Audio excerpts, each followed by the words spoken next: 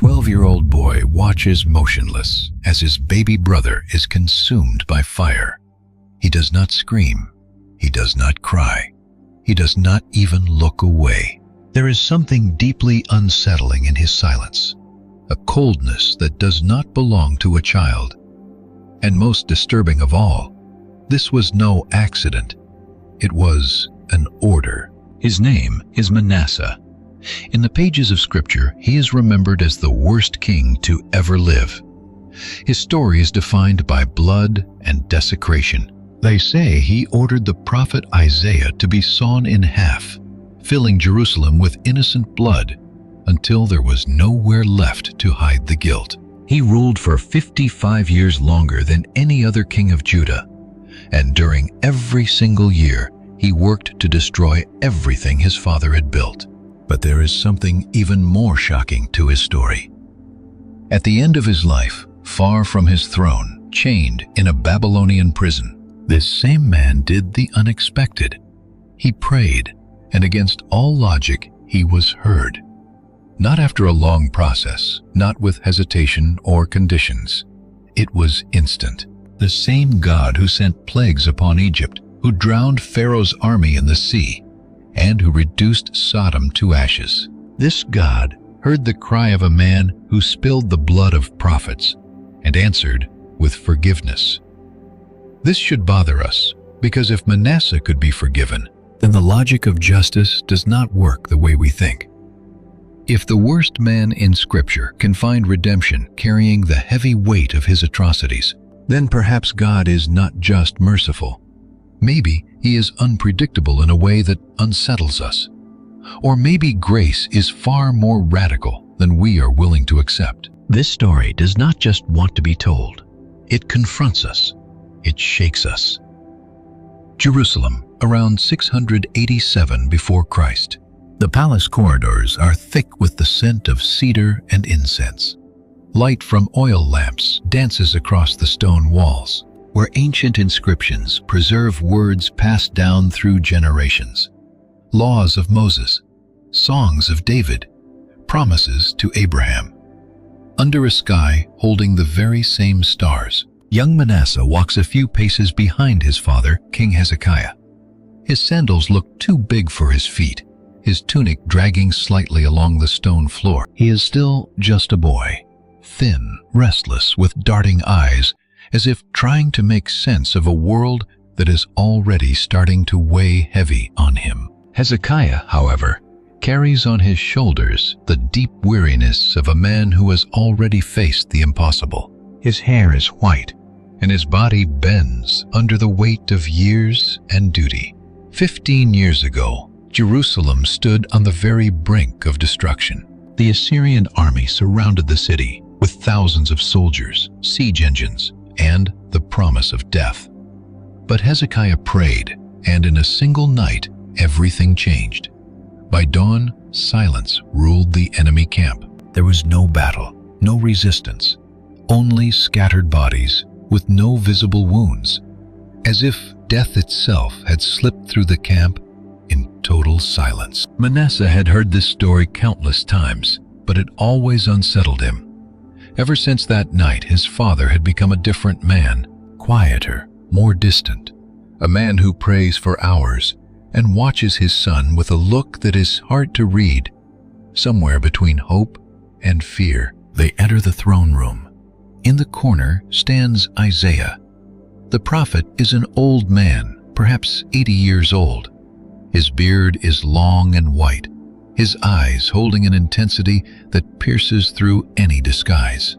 He does not bow when the king enters, not out of disrespect, but because his authority does not come from men. Isaiah is the one whose words shaped destinies, the man who declared Jerusalem would survive when all hope seemed lost, the very same who, seeing Hezekiah near death, promised he would live 15 more years. And so it was.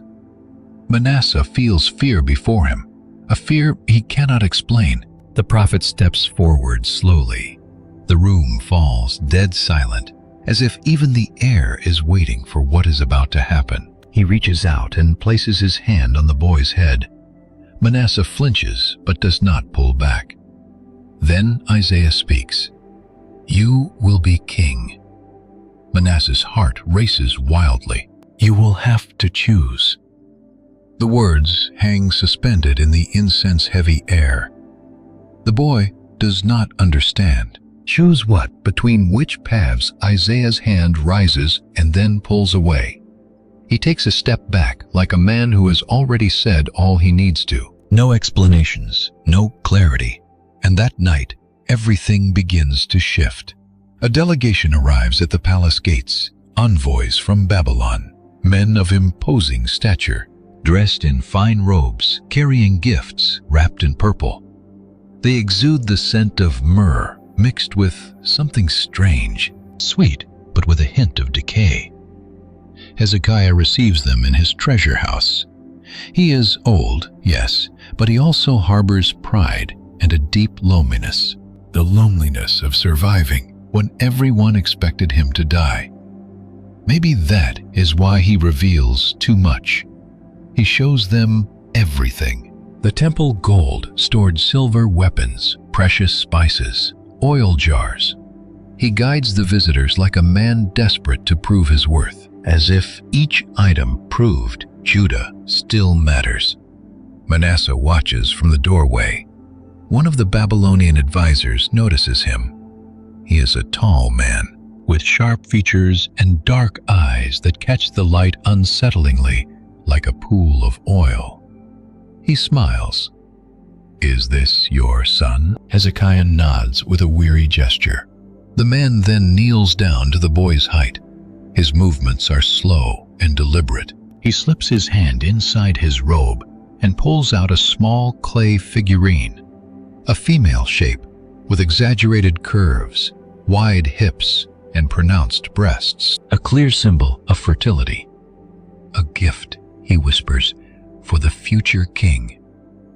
Manasseh stares at the idol. His fingers tense as if something deep inside him responds before he even understands. But before he can touch it, a voice cuts through the room. "What have you done?" Isaiah stands at the doorway, backlit by the flame of a torch. His shadow stretches across the marble floor like a dark stain. Hezekiah turns his face tight with tension. "I welcomed guests," he says. "I was hospitable. You brought the serpent into the garden." The Babylonian advisor rises slowly, still smiling, and hides the figurine. Isaiah steps forward, his gaze locked on the king. "Hear the word of the Lord. The day is coming when everything in this palace will be carried to Babylon. All that was accumulated will vanish. Nothing will be left, and some of your own descendants will be taken to serve in the palace of Babylon's king." Silence hangs heavy. Hezekiah's face turns pale. For a moment, he seems to understand. Then something unexpected happens. His shoulders relax. He nods in agreement. "The word of the Lord is good." Isaiah stares at him. "Good. There will be peace during my life." The prophet is silent, slowly turning his gaze back to Manasseh. The boy feels a tight grip around his throat. Months later, King Hezekiah dies in his sleep. Mourning grips Jerusalem. The funeral is massive. The whole city weeps. He is buried among kings, and incense burns for 7 days. On the 8th day, everything changes. At just 12 years old, Manasseh is crowned. The heavy crown presses down on his head, solid gold glittering with jewels. His neck strains under the weight. He is not ready for this. Priests sing, the crowd bows, but not everyone. At the back of the room, near the stone pillars, the Babylonian advisors remain standing. The tall man stands there, clutching a small statuette almost completely out of sight. He nods slightly and smiles. Manasseh's fingers grip the arms of the throne. His breathing grows ragged. The crown slips a bit and he adjusts it. Then he feels something new, power. The Babylonians do not bow. They don't have to. They are already inside. That night, alone in his chambers, Manasseh finds the small idol on his bedside table. No note, no explanation, just the object. He picks it up, slowly turning it in his fingers, studying every detail. Without realizing it, he begins to choose. The smooth clay slips through his fingers, still warm from the room's air. Outside his window, the ancient city rests in a deep, heavy silence. In the distance, the Temple Mount looms, bathed in a silver wash of moonlight. Manasseh stares down at the small figurine, then looks toward the temple, and finally looks deep inside himself. Something begins to shatter. What his father spent decades building is now starting to crumble. In the throne room, Isaiah stands tall. He does not bow. All around him, priests, nobles, servants, and guards are on their knees, everyone except the prophet. He stands firm in the center of the hall, his staff planted on the marble floor, still and silent as a stone statue. Manasseh watches from his throne. The heavy crown presses down, squeezing his skull. Now 13 years old, and 1 year into his reign, he grips the throne as if to steady himself. The Babylonian advisor steps close, leaning in. His voice is low, smooth, almost seductive. A king who tolerates disrespect is no king at all. Manasseh's jaw tightens. He wants to react, to shout an order, to force Isaiah to his knees, but he can't. The words get stuck in his throat because he is terrified, afraid of those eyes that seem to pierce his flesh, his bones, and find what he hides from himself. Isaiah turns and walks out. A growing murmur ripples through the hall. Whispers drift like a soft wind. The advisor just watches and smiles. That night, sleep refuses to come. The crown rests on a cushion by the bed. Manasseh stares at it in the dark. His father wore it for 29 years, rebuilding the nation, tearing down pagan altars, even shattering the bronze serpent Moses built, because the people had started worshiping it. Hezekiah was an idol smasher, and Manasseh is his son. He gets up, throws a dark cloak over his shoulders, and slips quietly out of his chambers. The royal palace is plunged in total silence. The guards simply bow as he passes. No one dares question a king, not even one so young, wandering alone in the dead of night. He walks down empty corridors to the ancient temple archives, a forgotten place. The air is thick with dust. Parchment scrolls are sealed inside clay jars. Many are cracked with age. Manasseh lights a small oil lamp and begins searching until he finds records from the reign of his grandfather, Ahaz, the king who surrendered Judah to foreign powers, the king who built an Assyrian altar inside God's temple, the king who, surrounded by enemies, sacrificed his own son in the valley of Hinnom to appease a pagan god. Manasseh unrolls the scroll with shaking hands. The records are cold and clinical, lists, taxes, letters. But between the lines lies a silent logic. Ahaz didn't choose foreign gods out of faith. He did it out of fear, because Judah was weak, because surrounding empires demanded submission, and because survival meant giving in. And it worked. Ahaz survived, Judah endured. But his father did the opposite. He destroyed everything, rejected alliances, and declared independence. Then Assyria came with a massive army, almost wiping the city out. Yes, God intervened in a single night, a miracle. But miracles are rare, and empires still stand. Assyria, Babylon, Egypt, watching, waiting. Manasseh traces his finger over the ancient ink on the scroll. He takes a deep breath and rolls it back up with trembling hands. But now, it isn't just fear. It is something else taking shape inside him, silently pushing him toward a choice. It wasn't fear anymore, but something else. When Manasseh returns to his chambers, he realizes he is not alone. The Babylonian advisor is waiting, sitting in the shadows by the window. "Couldn't sleep, my lord." Manasseh stops dead in his tracks. "How did you get in here?" The man rises calmly and steps into the light. In his hands, he carries an object, a small bronze statue of Baal, the storm god, lord of rain, a symbol of fertility and power. "Your father rejected power," the advisor whispers. "He relied on miracles." A brief pause. "It worked. Once." He places the statue on the table.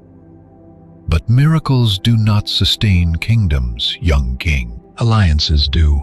Strategy does. Strength does." His eyes lock onto Manasseh. "You don't have to be like him." Manasseh stares at Baal's bronze face, lightning raised in one hand, weapon in the other. "Leave," he whispers. The advisor bows slightly, still smiling. "As you wish." He walks to the door, but stops for a moment before leaving. "Your father lived in the shadow of a miracle, but perhaps, my lord, you can become the miracle." The door shuts. Manasseh is left alone. The lamp's flame flickers softly. He picks up the statue, heavy and cold. He could throw it out the window, could destroy it, could summon the guards. But he does none of that. Instead, he places it on the shelf by his bed. The next morning, Manasseh makes his first major decree. He orders builders to rebuild the high places, the pagan altars on the hills that his father had smashed. Just a few. He tells himself it is just to respect neighboring nations, mere diplomacy. But decisions are never that simple. The priests protest. The elders mutter. But the Babylonian advisors quietly approve, and little by little, everything begins to shift. Young nobles who never fully accepted Hezekiah's reforms, who miss the old ways and want a stronger Judah, begin to gather around Manasseh. 3 days later, Isaiah appears at the palace gates. He does not shout or demand attention. He just stands there, alone, with a staff in hand. The guards bring word to the king. Manasseh looks out from a high window. Below, the prophet stands tall, motionless, waiting. "Ignore him," whispers the advisor. "He belongs to the past." But Isaiah does not leave. He stays all morning, all afternoon. The sun moves across the sky, and still he waits. Finally, as the shadows lengthen, he speaks. He does not yell, but somehow his voice reaches everyone. "Thus says the Lord, I will stretch over Jerusalem the measuring line of Samaria and the plummet of Ahab's house. I will wipe this city as one wipes a dish, rubbing it and turning it upside down." The courtyard falls silent. Manasseh's hands tremble not with fear, but rage. He storms away from the window, down the stairs, and marches through the long corridors, flinging the main doors open with his own hands. Isaiah stands just paces away. Their eyes lock. The prophet's face holds no anger, only a heavy sorrow. "You will choose," Isaiah says, quietly repeating his earlier words.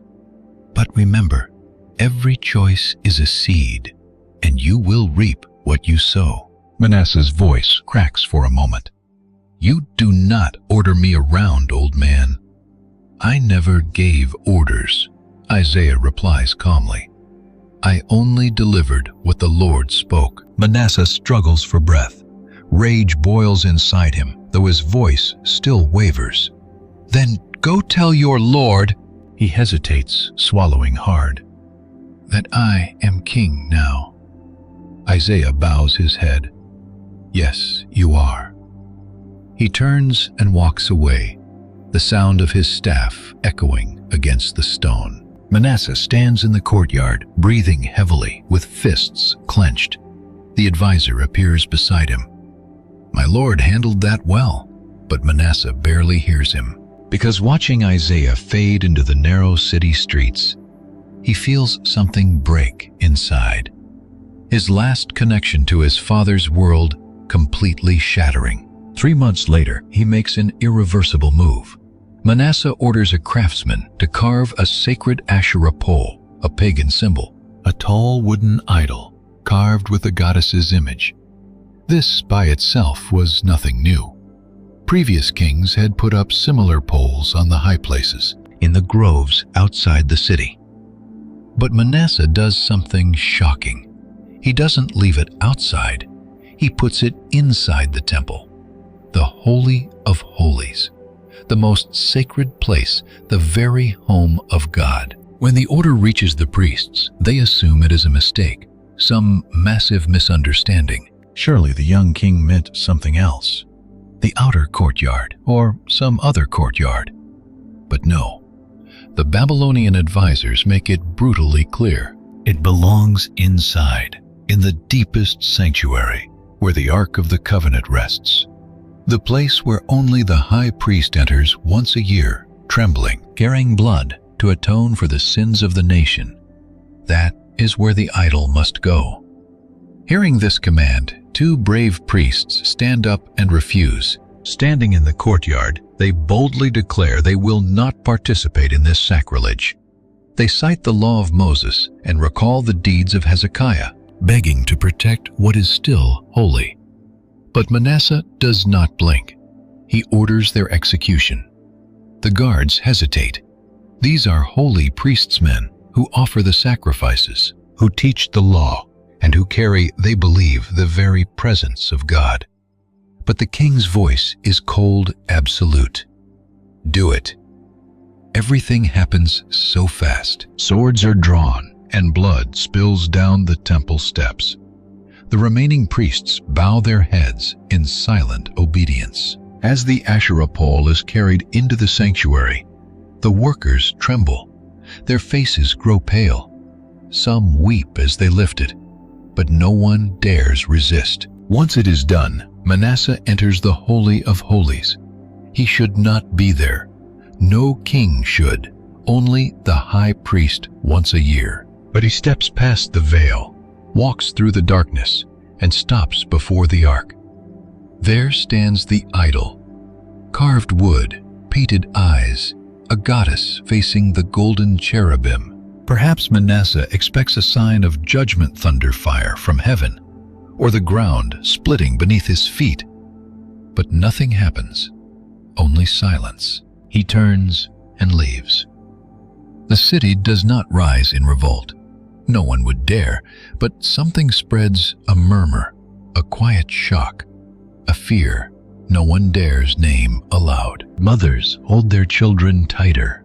Elders whisper in doorways.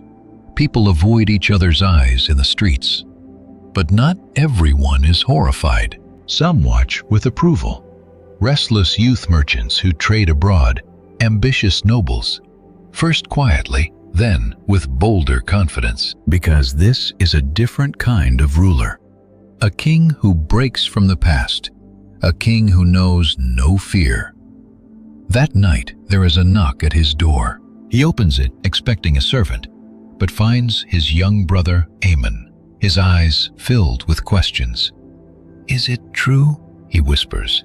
"Did you put a goddess in God's house?"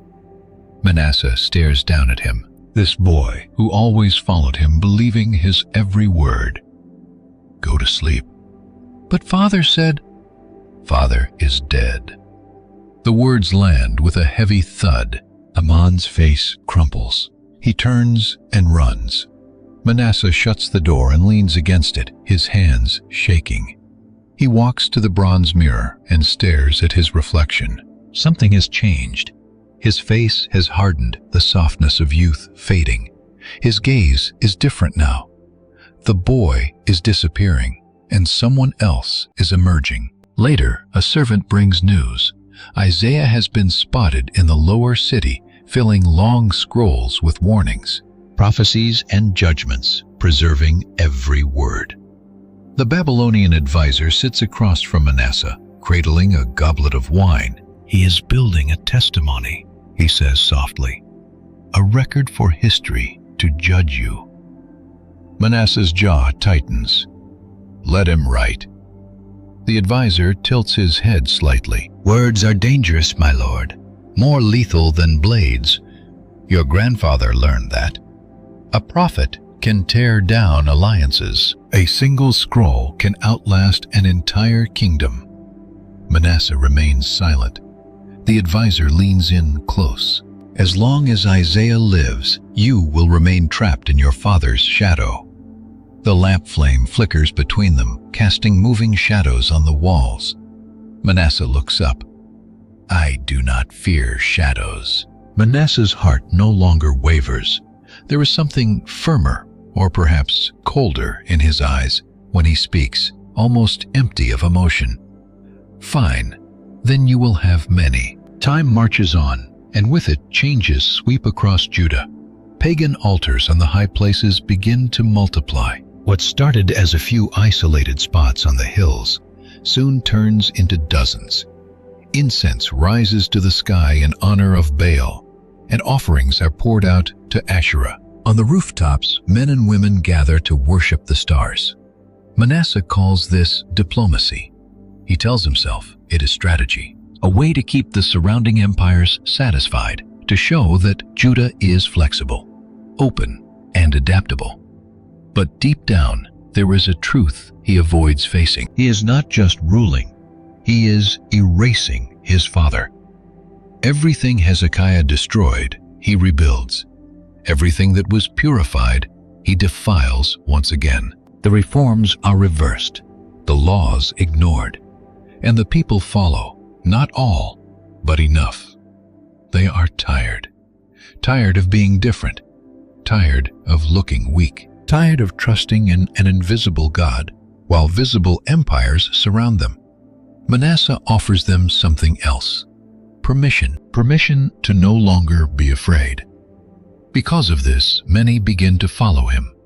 One afternoon, the palace gates open for an unexpected visitor, a young man covered in road dust, thin and weary, maybe 18 years old. The guards recognize him. Joash, son of a temple musician, a face from the past. He grew up here, running through these corridors beside Manasseh. They played together, laughed, and imagined battles that never existed. Now he stands here again, but everything has changed. Joash requests an audience with the king. Taken to a private chamber, he finds Manasseh surrounded by reports and decrees. When the king looks up and sees him, his expression softens for just a second. Joash. Silence. The years hang heavy between them. Joash takes a deep breath. "I came to ask you something." Manasseh stares at him. "Ask, are you still you?" The king frowns. "What do you mean by that?" "The boy I knew, who wept when his father fell ill, who stole honey cakes with me from the kitchen. The one who once asked if God really existed." Joash's voice cracks. "Is he still in there?" Manasseh's face hardens. "I am king now." Joash nods, but his eyes remain cold. "I know, and that is what terrifies me." Silence floods the room once more. Joash takes a step forward. "You are becoming someone I do not recognize. Someone you might not even recognize yourself." Manasseh tilts his head. "And if I do, go where Joash asks." Pain in his voice. "To this? Altars, pagan idols, spilled blood." His eyes glisten. "You are losing yourself, Manasseh." The words hang in the air. The king rises slowly, his voice low and cold. "Get out. I am telling you this because I care." Manasseh slams his fist onto the table. "Then stop caring." Guards rush in immediately. Without looking at Joash, the king barks the order. "Strip him of everything. Banish him from Jerusalem. If he returns, execute him." Joash pales. But it is too late. The guards seize him, dragging him out. He struggles, screaming, "You are already lost. Do not lose everything." The door slams shut. Silence. Manasseh stands frozen for a moment, breathing heavily. His hands tremble. He stares at the table, at the reports, the plans, the decrees. Then, for a split second, he sees a reflection. A 12-year-old boy, holding his father's hand, listening to Isaiah. He blinks, and the reflection vanishes. Only the king remains. Years pass. 5 years. Manasseh is no longer a boy. His body has grown. His voice has hardened. His eyes carry the weight of choices that can never be undone. Jerusalem has changed with him. The altars no longer shock anyone. They are commonplace, expected, scattered across plazas, rooftops, and hills. The temple still stands, but it is no longer the center of worship. Just one of many.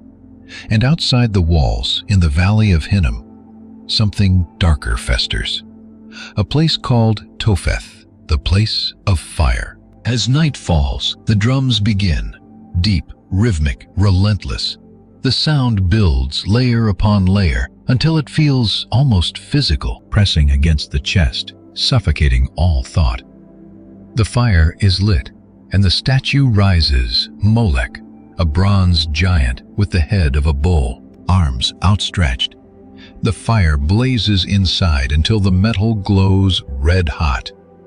And then come the parents, not all, but enough. The desperate ones, those who believe in promises of power, fertility, and victory. Those convinced that the gods demand what is most precious. They surrender their children, placing them into the burning arms. The drums swell, drowning out the screams. Manasseh is never there. He tells himself he doesn't need to be. He only allowed it to happen. But he knows. They all know. Anyone who speaks out is silenced. Some are imprisoned. Others vanish without a trial, leaving no trace. Jerusalem slowly sinks into darkness. Yet one voice refuses to be silenced. Isaiah keeps preaching. Isaiah is now 83 years old. His body is frail, his hands weathered, his fingers bent by age. But his voice remains unshakable. He still walks the streets unarmed and unprotected, simply speaking. Down in the lower city, among the poorest, he gathers crowds of ordinary people, weary and broken by life, yet still willing to listen. He unfurls his scrolls and reads warning of judgment, of coming Babylon and imminent exile. But he also speaks of hope, of a remnant that will survive, and of a king.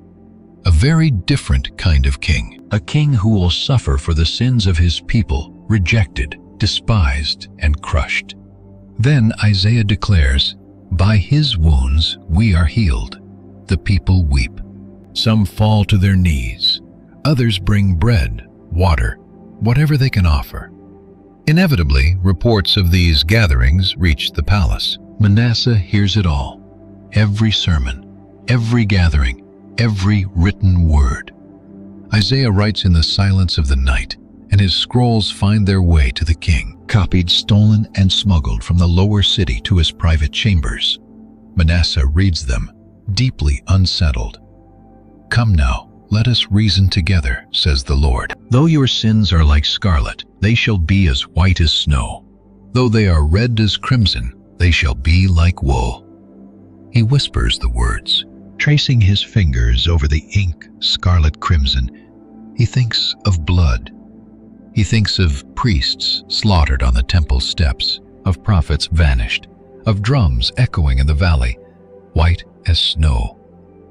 He snaps the scroll shut, pushes it away, and pours wine with trembling hands. The door opens without warning. The Babylonian advisor enters. His gaze sweeps the room, the scattered scrolls, the king's face. Still reading his words, Manasseh replies in a near whisper, "They are not lies." The advisor stops. "My lord, he believes what he says. He is not faking or manipulating, and that is exactly what makes him dangerous. Manasseh looks up. Why? The advisor steps closer. Because belief spreads, and his faith is stronger than your authority. He continues, as long as he lives, there will always be a voice in this city telling you that you are wrong, that your father was right, that the past was better. Manasseh's jaw tightens. You cannot build a new kingdom on old foundations, then destroy them, the advisor answers flatly. He pauses. He is old. He will die soon. But what about his words and his followers, and what is he leaving behind? The advisor leans in, looking straight into the king's eyes. Dead prophets become martyrs. Martyrs become movements. Silence. If you act now while you still control the story. Manasseh is silent. The advisor backs away. Think about it. He walks to the door, but before leaving, he says, your father hesitated once and got 15 more years of life. But those were the years that shaped you. His voice softens further. Sometimes mercy is just a delayed judgment. The door closes. Manasseh remains alone, the lamp flickering, the scrolls scattered before him. He picks one up, unrolls it, and reads, for a child is born to us, a son is given to us. The government will be on his shoulders, and he will be called Wonderful Counselor, Mighty God, Everlasting Father, Prince of Peace. The words blur his hands, shaking. With a sudden jerk, he hurls the scroll across the room. The next morning, the decision is made. Isaiah must be arrested. The charge is clear: treason, inciting rebellion. The guards set out at dawn. They find the prophet in the lower city. He is sitting outside a widow's house, surrounded by children. He is teaching them, showing them how to form letters, how to write God's name. As the guards approach, he does not resist. He stands with difficulty, his body heavy with age. The children scatter in fear, some crying. Isaiah looks at the guard captain and says calmly, tell the king, I will come willingly. Even so, they bind Isaiah's hands. He is led through the streets as a heavy silence grips the air. People watch from doorways, fear written on their faces. No one speaks. No one interferes. Taken to the palace, he is not led to the throne, but down into the cold depths of the dungeon. Stone walls, iron door, no windows. They shove him inside. Isaiah falls, settling on the freezing floor. He closes his eyes and begins to pray. Above, Manasseh watches through a narrow crack in the ceiling that lets in light and air. From there, he sees the old prophet, white hair bent back, lips constantly moving. The advisor stands beside him now. He belongs to you. The advisor whispers, do as you wish. Manasseh hardens. Let him rot there. Even if he keeps speaking, no one will hear. But that very night, the news spreads through the city. Isaiah has been arrested. The prophet is chained, and something begins to stir. A few people gather outside the palace. No shouting, no protesting, just standing as silent witnesses. By the next morning, they are in the hundreds. The advisors grow anxious. This could become a movement, a symbol. Manasseh watches from the balcony, seeing weary faces, elders, women holding children, people who refuse to leave. He orders them dispersed. The guards charge with brutal force. Some are beaten, others are dragged away in chains. But the next night they return, and the day after too. 3 days straight. On the 4th day, Manasseh decides to go down himself. The iron door swings open. Torchlight floods the cell. Isaiah is leaning against the wall, eyes closed in prayer. Manasseh enters. The prophet opens his eyes, staring back with no anger or hatred, only sadness. Why? Manasseh's voice cracks. Why won't you stop? Isaiah answers, his voice hoarse but steady. Because the word of the Lord is a fire shut up inside me. I cannot contain it. Silence. Then you will die with it. Isaiah nods slowly. I know. The two men lock eyes. Manasseh takes a step forward. You could leave. I can send you away. Egypt, the desert, anywhere. You would live far from here. Isaiah shakes his head. No. He takes a deep breath. I will stay and I will speak. And if it costs my life, so be it. Manasseh's fists clench. You think you are righteous brave, but you are just a stubborn man clinging to the past, to my father's ghost. Tears fill Isaiah's eyes, not for himself, but for the king. I am not your enemy, my son. Do not call me that. The voice echoes through the cell. Isaiah remains steady. You are Hezekiah's son. His blood runs through your veins.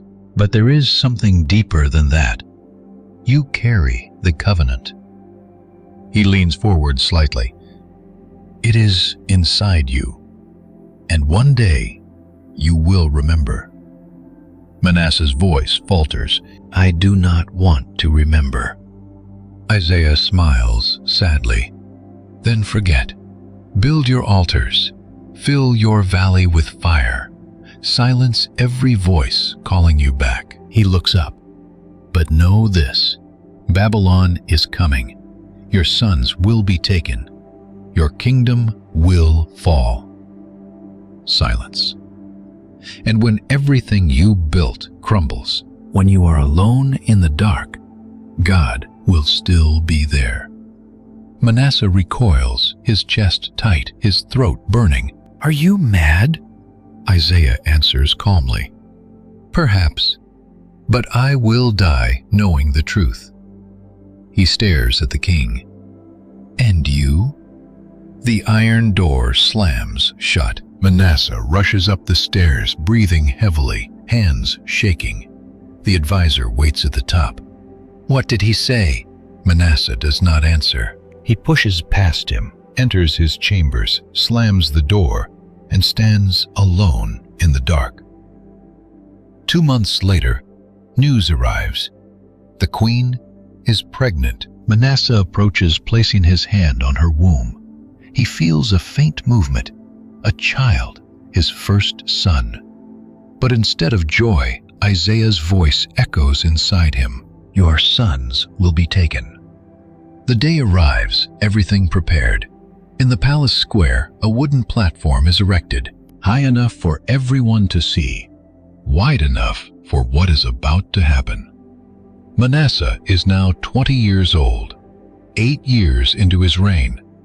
8 years rebuilding everything his father destroyed. 8 years shaping Judah into something different, something surviving, not by faith, but by adaptation, compromising, negotiating, embracing the surrounding powers. But through all these years, one voice never wavered. Isaiah. At dawn, the crowd began to arrive. Thousands of priests, nobles, merchants, foreigners, mothers holding babies, all drawn by rumors, by the heavy silence of what was about to unfold. Isaiah is brought out in chains at 85. His body is frail, worn down by time, but his spine is straight. His eyes still burn. He does not stumble or hesitate. He walks with the peace of someone who has accepted his end. The guards lead him to the platform, binding his arms to iron posts on either side. He stands tall, arms spread like a sacrifice. The crowd falls silent. Manasseh sits on a high throne, watching over everyone. The royal crown glints in the morning sun. Nearby, the executioner waits beside a long wooden saw used to cut cedar beams. The advisor whispers to the king, "There is still time to change your mind." Manasseh says nothing. His face is stone. The herald steps forward, unrolls a scroll, and begins to read. Isaiah, son of Amoz, you are accused of high treason, of spreading lies, and of inciting rebellion, of claiming authority above the king, and of rejecting the sovereignty of Manasseh, son of Hezekiah, king of Judah. The words echo across the square. Isaiah remains silent. The herald looks up. Does the accused wish to recant, confess his crimes, and beg for mercy? All eyes turn to the prophet. Isaiah lifts his head, looks straight at Manasseh, and speaks. His voice is soft, but it cuts through the crowd like a blade, clear and firm. I have nothing to confess. I spoke the Lord's word and won't deny the truth. Whispers fill the square. The herald demands, you are condemned. Will you not plead for mercy? Isaiah keeps his eyes locked on the king. I do not ask of men what only God can give. The crowd stirs, some weeping, others holding their breath. Manasseh grips the arms of his throne until his knuckles turn white. He stands. Total silence. He walks to the edge of the platform and stands directly before Isaiah, the man who advised his father, the man who saved his house, the man who once laid a hand on his head and said, you will choose. Manasseh speaks loud enough for everyone to hear. You claim to speak for God. You say your words are truth, that judgment is coming, that my kingdom will fall and I will lose everything. Isaiah nods his head slightly. Yes. Manasseh glares at him for a moment, then snaps. Then let your God save you now. The words fall like stones. He turns to the executioner. Begin. The crowd gasps. Some scream, others fall to their knees. The guards take their places. The executioner raises the saw. Isaiah closes his eyes, his lips moving. A silent prayer, not for himself, but for Manasseh. The blade is placed vertically against his body. Manasseh raises his hand, and for a second, everything stops.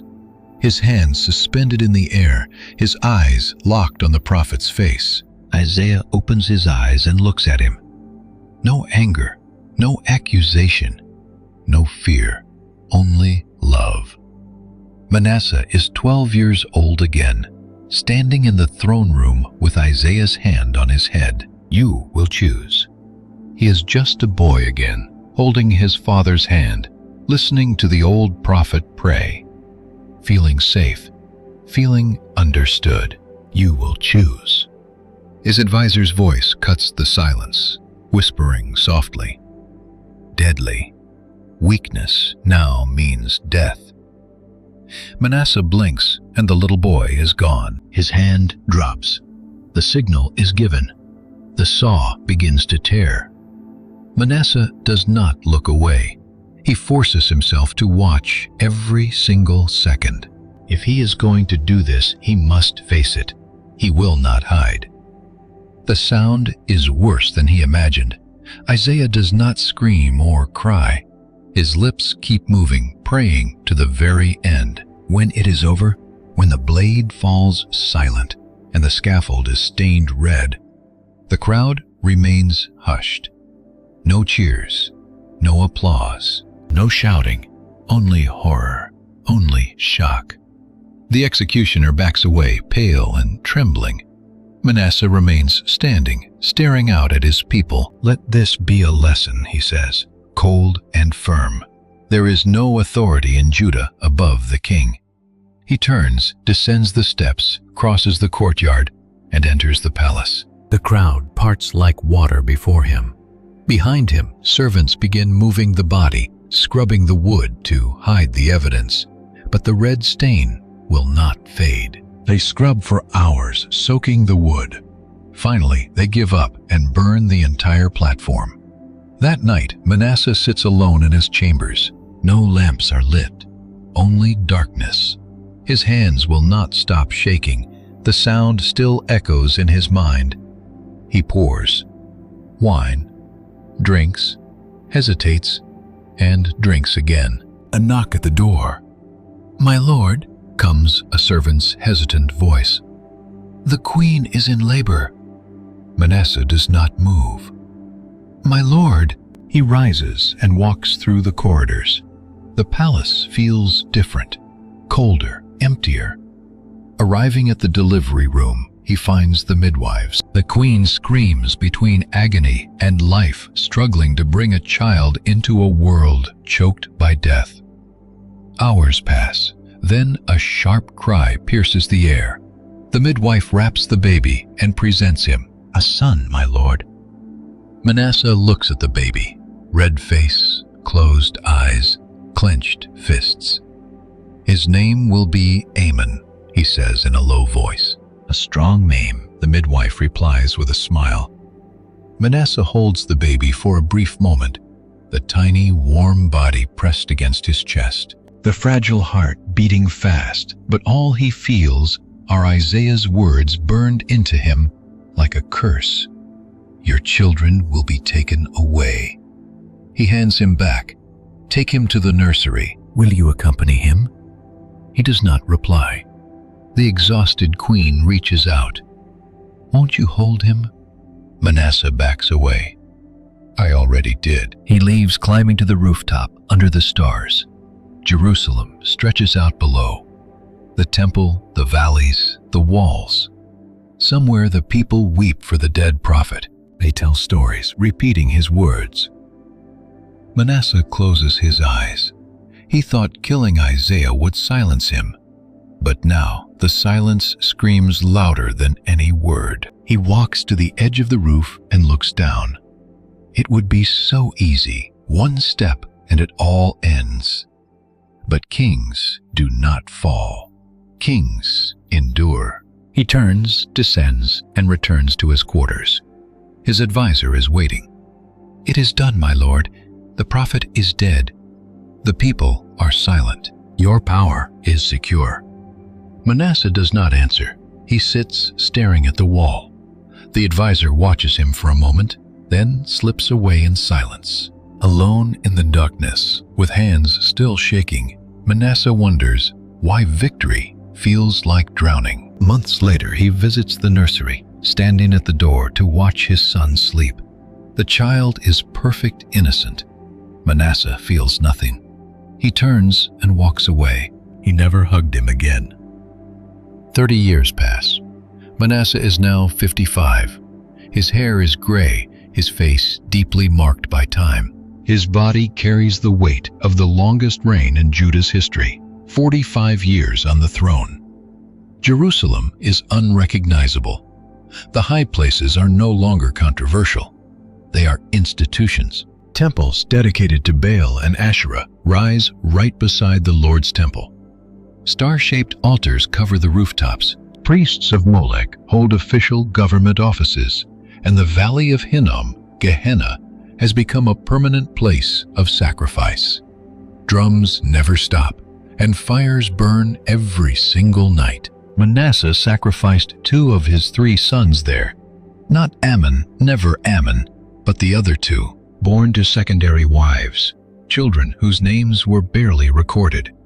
He did it in moments of pure desperation, when droughts threatened his kingdom, when enemy armies closed in, and advisors whispered that the gods demanded royal blood, that only sacrificing a king's son could turn the tide of war. And every time the crisis passed, the rains returned, and the armies retreated. He told himself it had worked, that it was necessary, that survival demands sacrifice. But there is one truth he avoids facing. He did it because he stopped feeling anything at all. The first time his hands shook. The second time they did not. Now his hands are steady, but his sleep is not. Every night he sees the saw, Isaiah's face, a silence louder than any scream. Every night he wakes up gasping, drenched in sweat, reaching for a cup of wine. He is the most powerful king Judah has ever known, wealthier than Solomon, more feared than David. Neighboring empires respect him. His borders are completely secure. His treasury overflows, yet he is utterly alone. Ammon, now 32, married. A father still lives in the palace, but actively avoids his father. When they cross paths in the hallways, Ammon averts his eyes. There is no warmth, no conversation, just a cold, silent resentment. Because Ammon knows.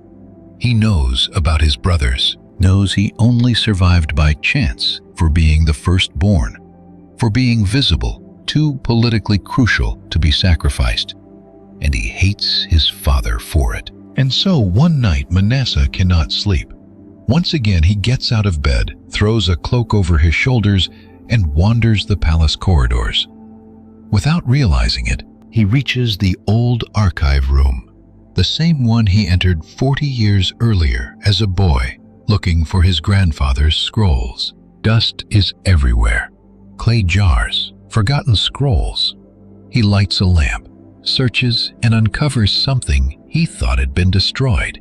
A scroll hidden among broken pottery, ancient and fragile at the edges. He carefully unrolls it. Isaiah's handwriting, unmistakable. "Come now, let us reason together," says the Lord. "Though your sins are like scarlet, they shall be as white as snow. Though they are red as crimson, they shall be like wool." Manasseh's hands begin to tremble. He keeps reading. "The people walking in darkness have seen a great light.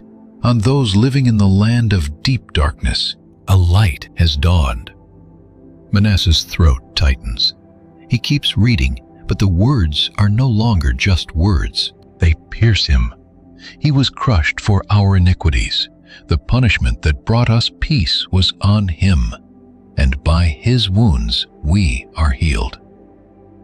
The lines blur before his eyes. His vision fails. He tries to stop, tries to drop the scroll, but cannot. We all, like sheep, have gone astray, each to his own way, and the Lord laid on him our collective guilt. A tear falls, smudging the ink. Manasseh's hands shake so violently that the parchment vibrates between his fingers. He grips it tightly before he can tear it. Breathing heavily, he paces the floor. 40 years. 40 years since that day. 40 years since his hand came down and changed everything. And yet, Isaiah's words remain alive. They burn. They still burn. He carefully folds the scroll, as if handling something sacred or highly dangerous. He takes it to his chambers, hiding it in a chest under his robes. That night, sleep is impossible. By morning, news arrives. The Assyrian army is marching an immense force, the very empire that once retreated before his father, the same empire that lost thousands in a single night.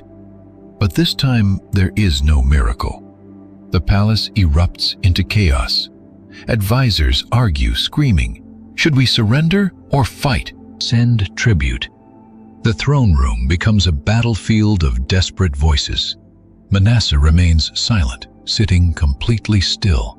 His Babylonian advisor, now much older, steps forward. "We need a sign, my lord. The gods must be appeased. A great sacrifice." Manasseh cuts him off coldly. "No more sacrifices." The man hesitates. The crowd waits in silence. Manasseh stands. "Send messengers. Offer tribute. Buy some time, a pause. And if that fails, we fight."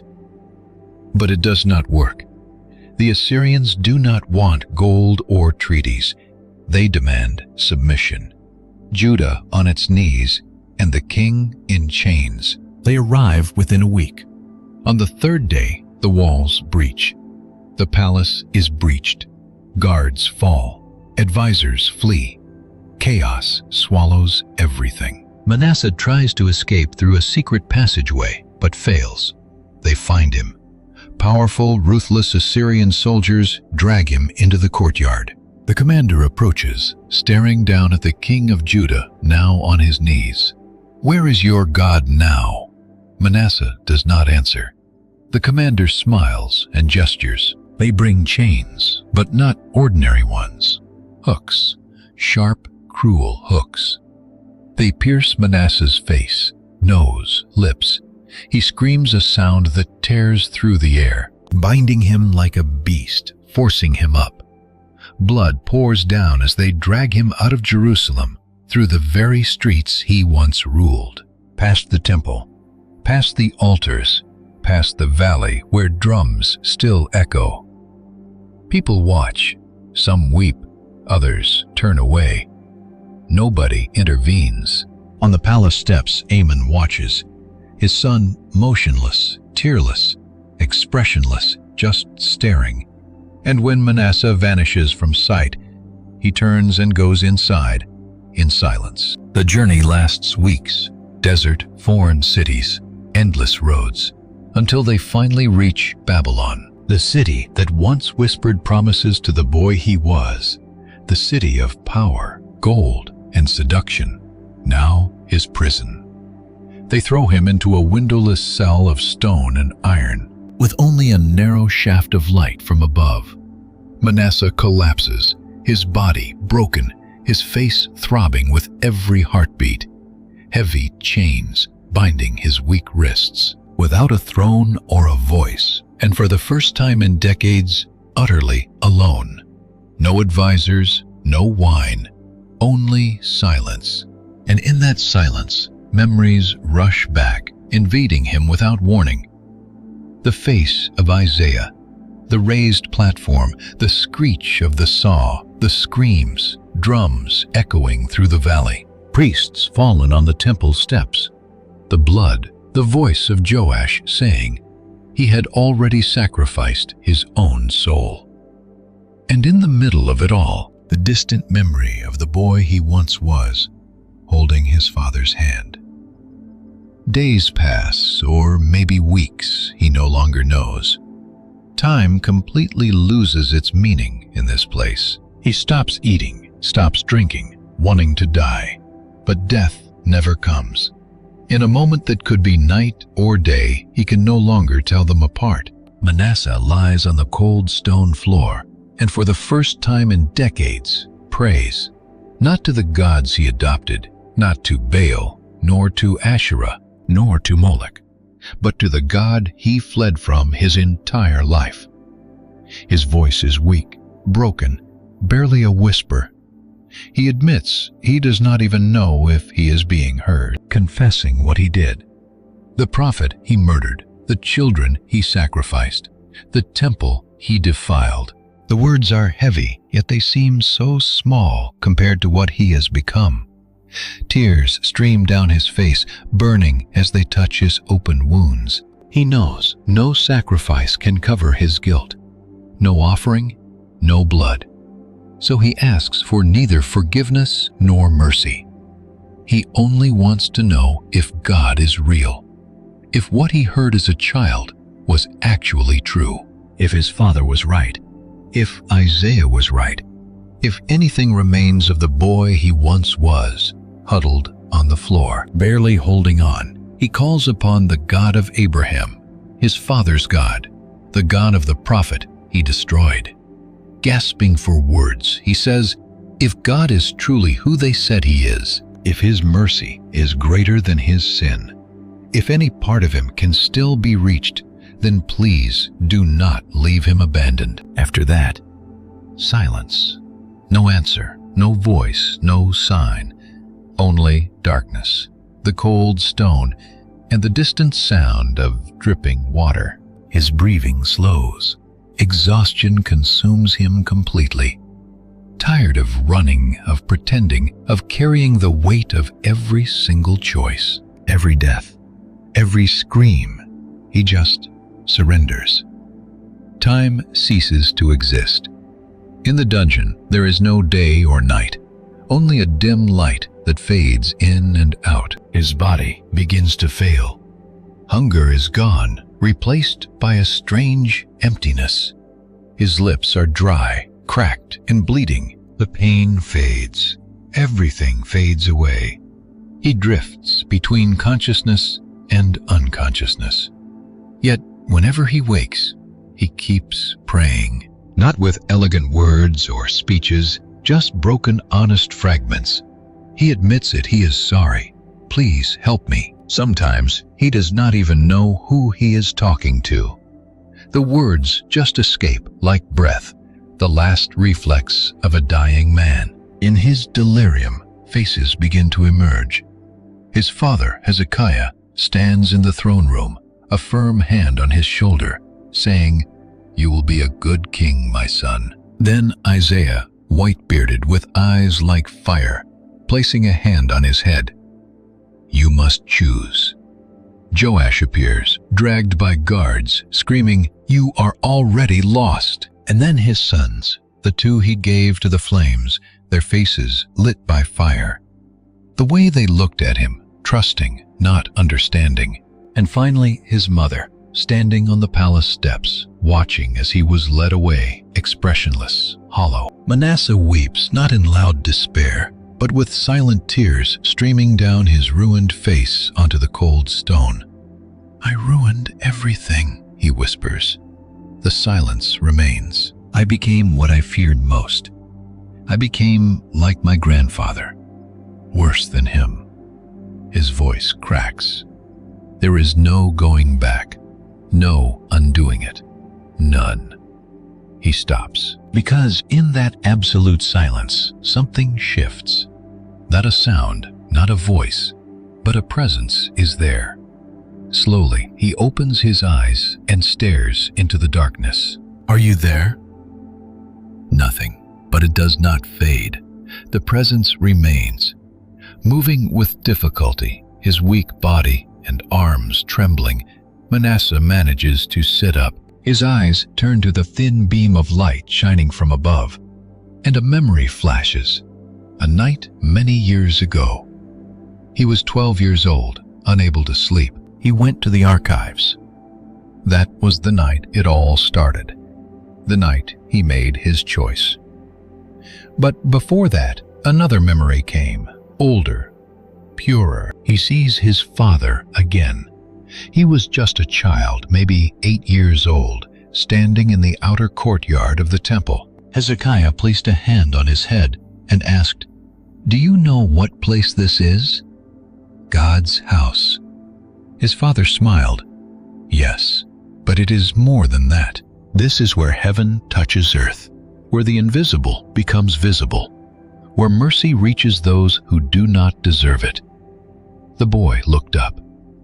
"Do you deserve it?" Hezekiah smiled sadly. "No, I should have died. The prophet told me to put my house in order. I was condemned, but I prayed, and God gave me 15 more years." He knelt before his son. "Not because I deserved it, or because I was good enough, but because He is merciful, especially when we are unworthy." The memory fades. Manasseh is back in the darkness of the dungeon, tears still streaming down. "I am not worthy," he whispers, "not even close." But the presence remains. It does not leave. He takes a deep, heavy, painful breath. And then, after 45 years, he does something he had completely forgotten how to do. He does not ask to be rescued or demand miracles. He does not try to bargain or make empty promises. For the first time in decades, he simply surrenders. "I cannot fix this. I cannot undo my past. I cannot cleanse myself." His voice is barely audible, like the final breath of a dying man who has stopped fighting. "But if you are real, Lord, if my father was right, if there is still mercy even for someone like me." He slowly bows down, pressing his heavy forehead against the cold stone floor. "I am yours, just as I am, with all that is left of me. I am yours." Silence returns. The dungeon remains dark, damp, and empty. Nothing changes around him, but something shifts inside. Not peace, nor joy, nor relief. It is space, as if a closed fist of 40 years has finally opened. He slowly raises his head, looking at his hands, still chained. still stained with blood, still marked by guilt, but somehow lighter. He cannot explain it. The guilt remains, the weight is still there, but now he can actually breathe beneath it. Isaiah's words echo in his memory, like embers that never died out. Though your sins are like scarlet, they will be white as snow. He does not feel clean or worthy, but for the first time he feels seen, completely seen, as if someone saw every single detail, every mistake, every death, every choice, and yet did not look away.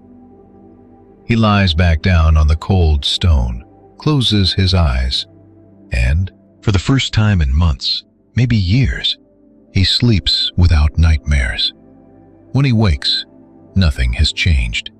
The dungeon is the same. The chains are still tight, his wounds still burn, but he is no longer the same. He struggles to get up and notices a small clay jar near the door. Water. Someone was here. He crawls to the cup and drinks. The water is warm and stagnant, but it is life. He sits against the wall and speaks again, not begging, but just talking. I do not know what comes next, or if I will die here. I do not know if I will ever see Jerusalem again. He breathes deeply. But if the Lord gives me a little more life, a little more breath, I will use it to try and fix what I did. He pauses, not because I can, but because it is right. He closes his eyes for a moment. And if I die here, if this is the end, then let someone else finish what I could not do. His voice almost cracks. Let someone bring the people back. Let someone remember what I forgot. Another pause. Let a king come after me who will not repeat my mistakes. Let him listen to the prophets and keep the covenant. He struggles to breathe. May my failure serve as a lesson to others. The prayer is not elegant, but it is real. Days pass, maybe a week, maybe more. Time loses all shape inside this cell. Bread appears, water appears. He eats, drinks, prays, and sleeps. No visitors, no human words, no visible signs. Yet he is not alone. The presence remains there, silent and constant, like a guardian who never leaves his side. He begins to speak louder. It does not matter if he is speaking to God, the darkness, or himself. I remember the first time I saw a prayer answered. He closes his eyes, reaching for the memory. I was 6 years old. My father was sick. Everyone said he would die. His voice softens. I hid behind a pillar and saw him cry. I saw him pray. A long silence, and the next day his fever was gone. He swallows hard. I truly believed, but his face changes. Somewhere along the way, though, I stopped believing that the Lord would ever answer me. His voice drops. I thought the Lord only heard people like my father, good people, worthy people. He closes his eyes. So I stopped asking. He takes a deep breath. I started building my own paths, my own altars, making my own deals. A bitter smile appears. I thought I was being strong, smart, and realistic. He slowly shakes his head. But I was just afraid. He pauses. Afraid of not being heard. Afraid of not being enough. His voice whispers. So I chose gods I could control. Gods that demanded nothing, that never spoke of justice or truth. A heavy silence. And they gave me nothing. His breath catches. They only took everything. My children, my peace, my soul. He leans his head against the cold wall, eyes closed. I do not know if you will still answer me. He pauses. Maybe I have no right to ask, but he remains there, waiting for the first time, not for a miracle, but for something deeper, something he spent his whole life trying to avoid and now finally found. But still, I am asking, not because I deserve it, but simply because I have nowhere else to go. The words hang in the air, and the presence remains. One morning, or what seemed to be morning, Manasseh wakes to the sound of footsteps outside his cell. He sits up, his heart pounding. The dungeon door swings open, and blinding light floods the cell after so much darkness. He shields his eyes with his arm. A figure stands at the entrance, a Babylonian officer in imposing armor, his face cast in shadow by the light behind him. The man looks at him in confusion. "You are being released." Manasseh blinks. The words make no sense. "What?" "The king ordered your release. We do not know why." The officer shakes his head slowly. "We do not understand either. But the order came straight from the throne this morning. You will be freed and escorted to the border." Manasseh stares, unable to process it. There must be some mistake.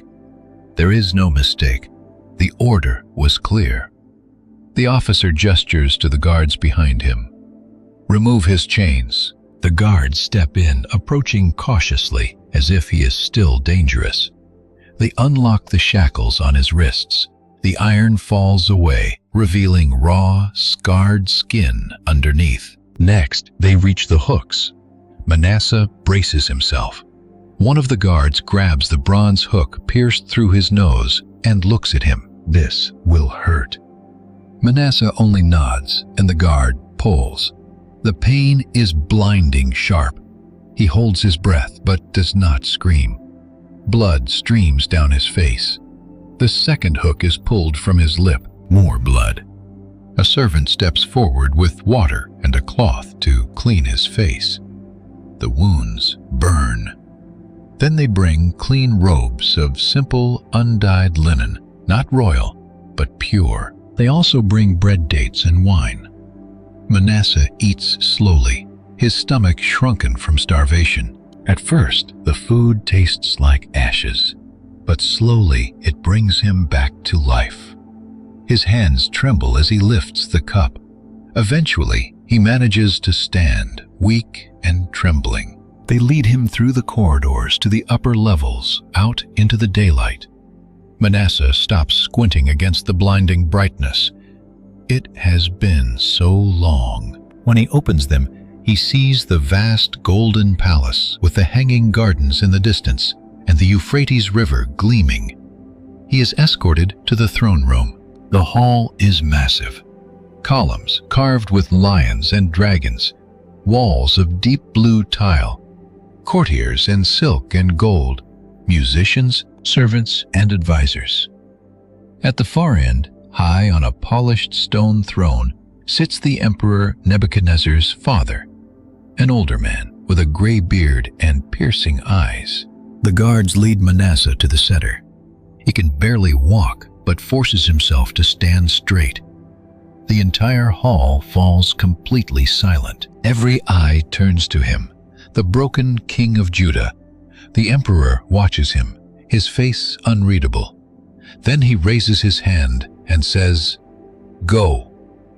Manasseh stares. "My lord, go. Return to your land." He hesitates. "Why?" The emperor leans forward slightly.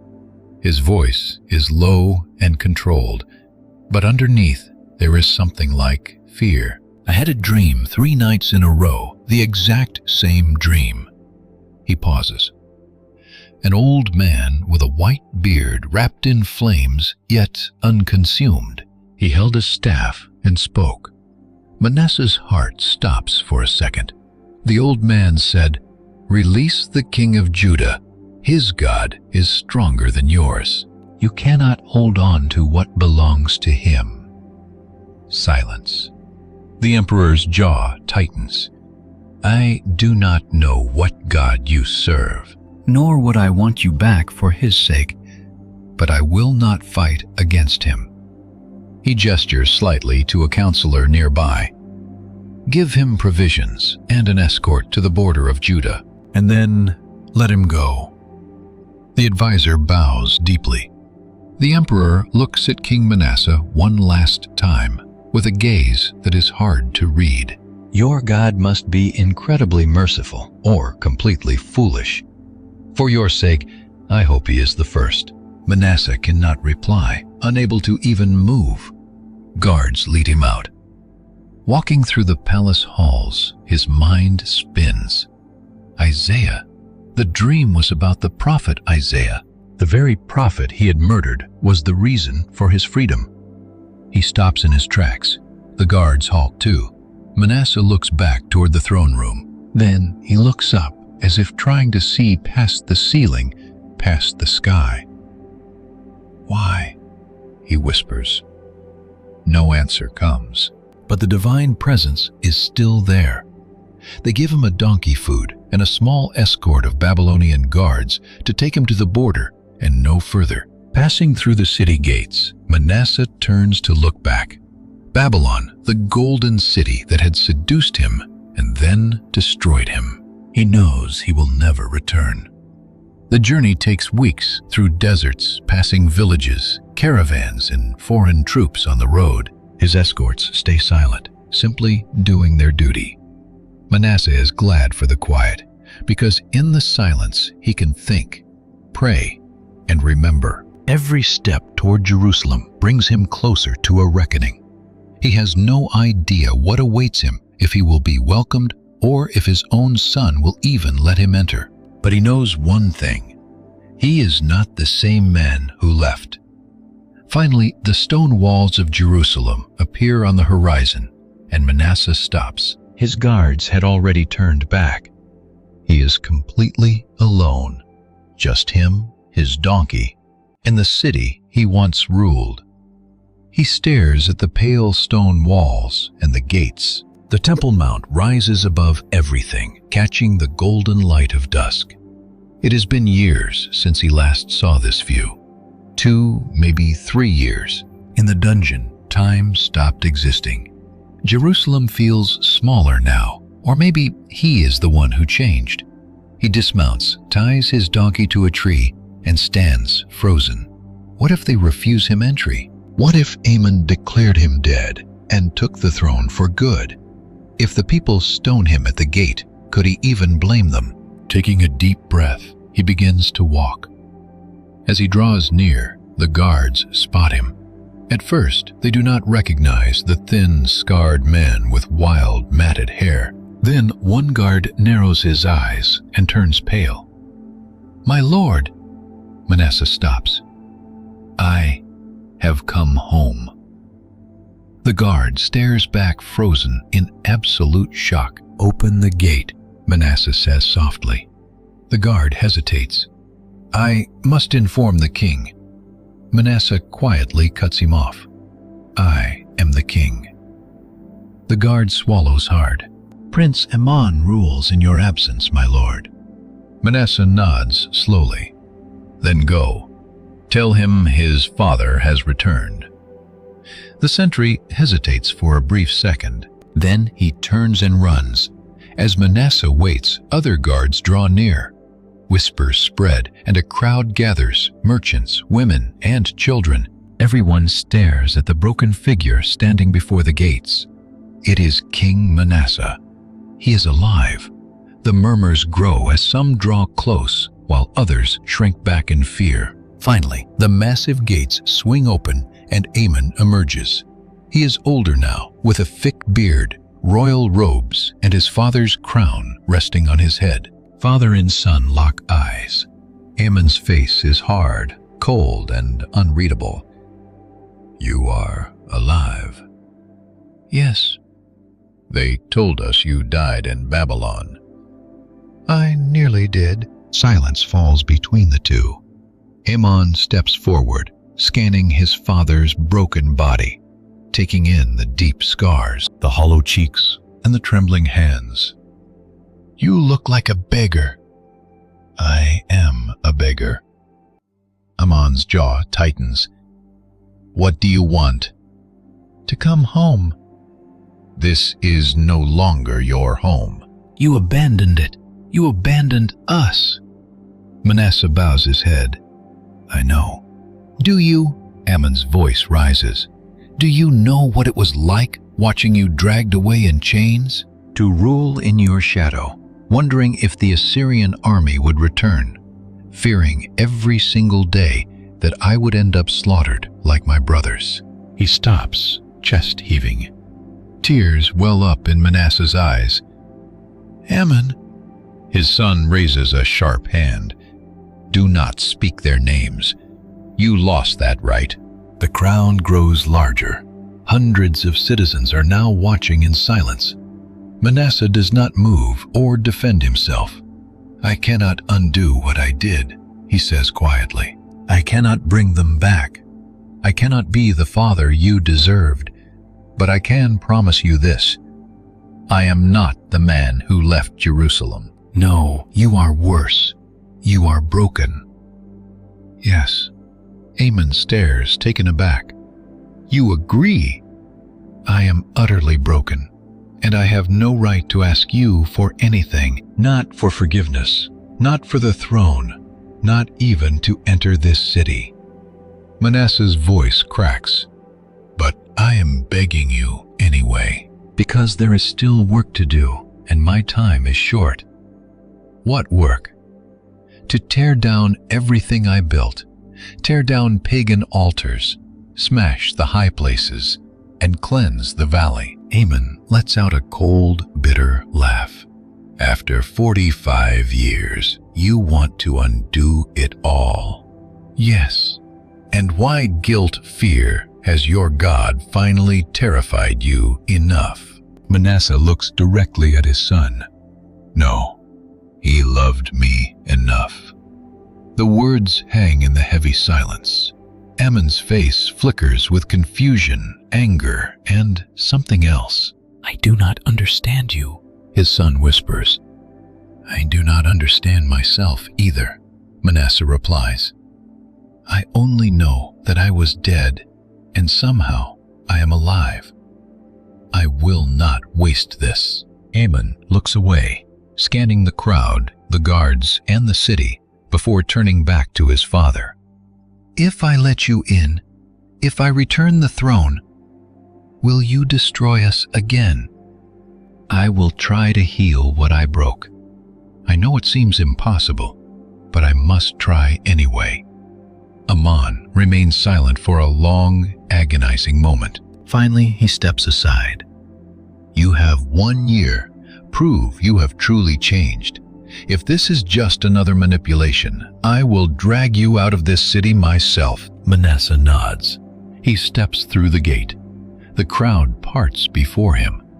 Some people weep, while others shrink away. A few reach out to touch his rugged cloak as he passes, needing to prove he is real. He walks the familiar streets past the markets, heading toward the palace. Everything looks exactly the same, yet entirely different. Reaching the palace steps, he stops to look at the grand building he has not seen in years. Instead of entering, he turns toward the Temple Mount. The crowd follows at a safe distance. He climbs the stone steps to the outer courtyard, standing before the massive doors. Then he sees it. The Asherah pole is still there, standing in the most holy place, visible through the open door, right where he had placed it 45 years ago. Manasseh's knees buckle. He falls to the stone floor, weeping. "Forgive me," he whispers. "Forgive me." The priests look on, confused and terrified. Manasseh raises his wet face and says, "Take this away, tear down the pole, burn it, and throw its ashes into the Kidron Valley." The high priest steps forward. "My lord, remove every foreign altar, every idol, every trace of what I brought into this place." His voice trembles. "Purify this. Make this place holy again. And if the people resist, I will remove them myself." The priest bows, and Manasseh stands up, wiping his face. For the next 6 months, he works. not from a throne, not just barking orders. He works with his own hands, climbing up to the high places, to the hilltop altars, tearing them down, stone by stone. His hands bleed, his back aches, but he does not stop. He walks to the valley of Hinnom, to Topheth, the place where his sons died. The statue of Molech is still there, towering in dark bronze. Manasseh orders it to be torn down. When the workers hesitate, fearing the anger of the gods, he grabs the sledgehammer himself. He strikes once, twice, 3 times. The bronze cracks, the arms give way, the head falls. The idol crashes down, and he collapses beside it, weeping. The crowd watches.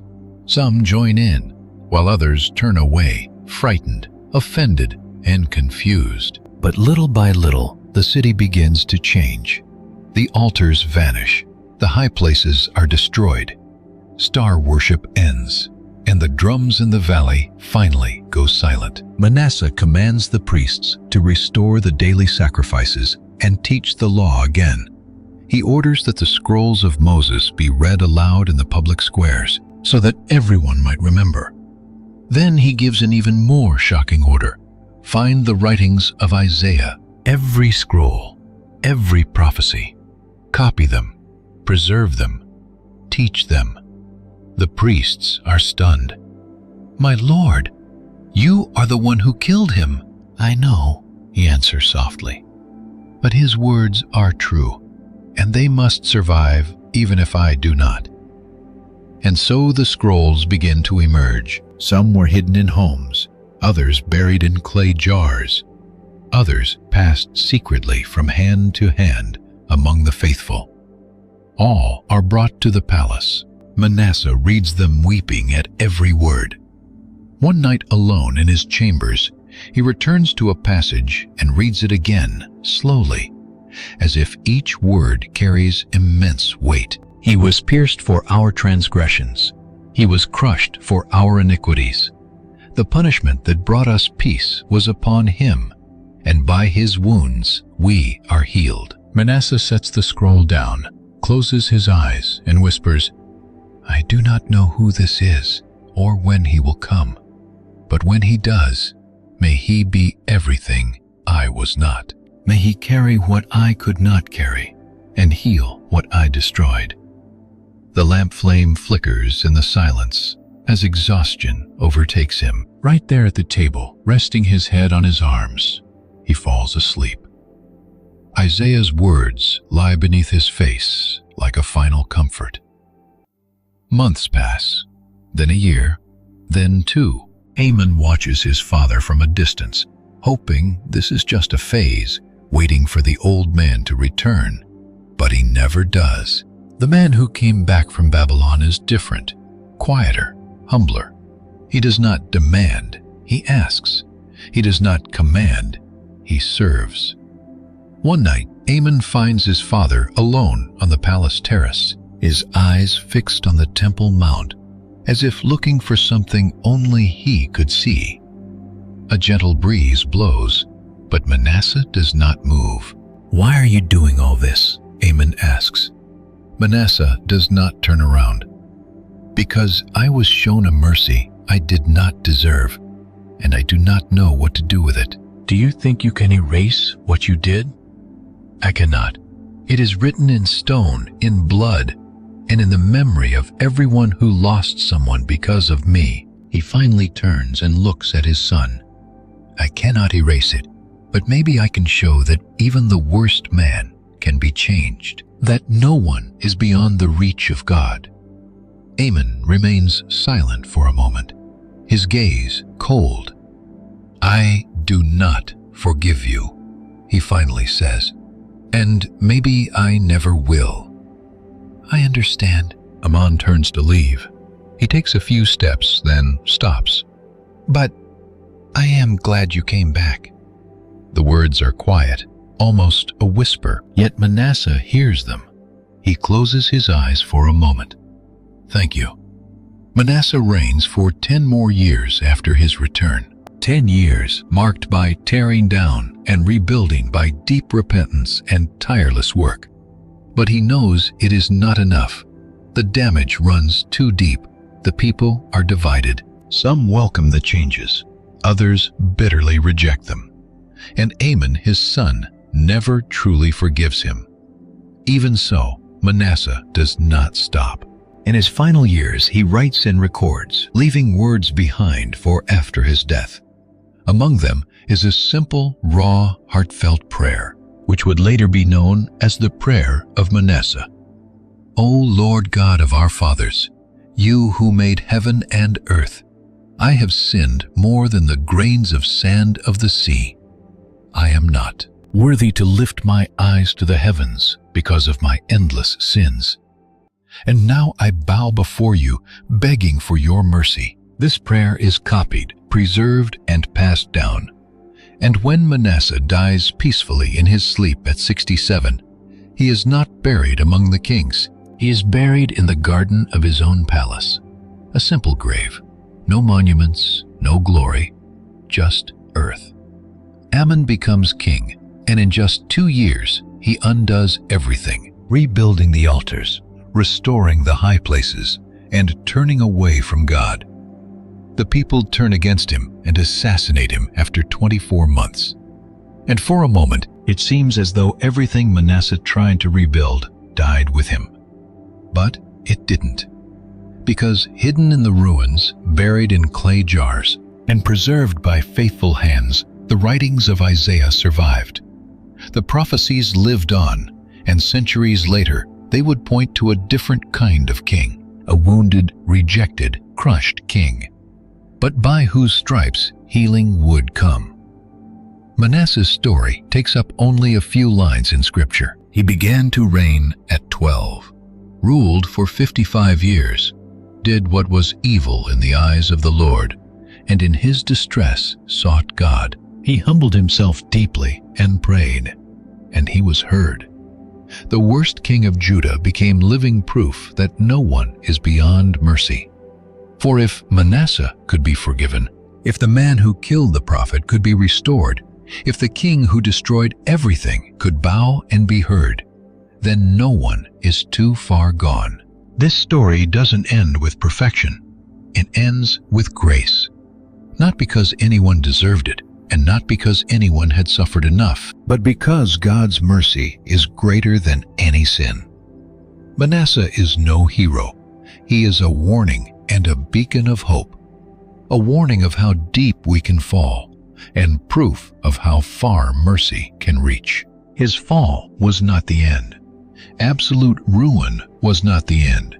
It was the beginning of something impossible. Mercy carved out space where only judgment belonged, light shattering the deepest darkness.